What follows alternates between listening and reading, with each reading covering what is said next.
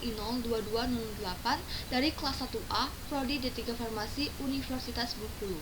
Di sini saya akan menjelaskan tentang sistem reproduksi. Reproduksi pada manusia berarti membahas suatu sistem yang berbeda struktur dan fungsinya pada pria dan wanita. Sistem reproduksi adalah kumpulan organ internal dan eksternal yang bekerja bersama untuk tujuan prokreasi. Sistem reproduksi pria berfungsi untuk memproduksi, menyimpan, dan menyalurkan sperma untuk membuahi sel telur. Sementara itu, sistem reproduksi wanita memiliki fungsi untuk memproduksi sel telur.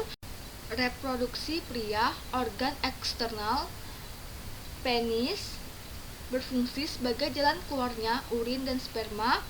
Skrotum berfungsi sebagai sistem kontrol suhu pada testis. Testis berfungsi untuk memproduksi sperma dan hormon testosteron, hormon utama pada pria. Organ internal reproduksi pria, epidermis, berfungsi menyimpan sel sperma yang diproduksi di testis dan mengangkut sperma yang belum matang menuju tabung vas deferens agar menuju sperma matang. Kelenjar prostat berkontribusi dalam memberikan cairan tambahan untuk proses ejakulasi. Kelenjar bulbouretral berperan dalam menghasilkan cairan yang berfungsi untuk melumasi uretra dan menetralisir keasaman yang mungkin ada karena tetesan sisa urin. Vesicula seminalis berfungsi menghasilkan cairan fruktosa yang digunakan sperma sebagai sumber energi ketika beraktivitas. Uretra, saluran yang membawa urin atau sperma keluar tubuh. Vas deferens, yaitu tabung yang berfungsi mengangkut sperma matang menuju uretra dalam persiapan untuk ejakulasi. Bagian dari reproduksi perempuan, bagian eksternal, labia majora, berfungsi untuk membungkus dan melindungi organ reproduksi eksternal lainnya. Labia minora berfungsi sebagai pelindung vagina dan uretra atau saluran pembawa urin keluar tubuh.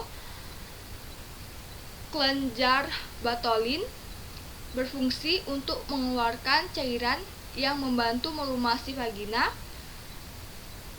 Klitoris berfungsi sebagai tempat bertemunya antara kedua labia minora yang mana memiliki tonjolan kecil dan sangat sensitif terhadap rangsangan. Bagian internal reproduksi perempuan, vagina, berfungsi menjadi jalan keluar darah saat menstruasi, jalan lahir bayi, serta jalan masuk sperma menuju rahim. Ovarium berfungsi tempat terjadinya produksi sel telur atau ovum. Tuba Fallopi berfungsi tempat berjalannya sel telur dari ovarium menuju rahim saat ovulasi dan sebagai tempat pertemuan sel telur dan sperma saat proses pembuahan. Rahim atau uterus berfungsi untuk memelihara sel telur yang telah dibuahi.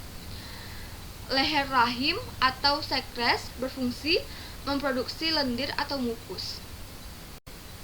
Itulah tadi penjelasan dari sistem reproduksi dari saya. Lebih dan kurangnya saya mohon maaf. Sekian, terima kasih. Wassalamualaikum warahmatullahi wabarakatuh.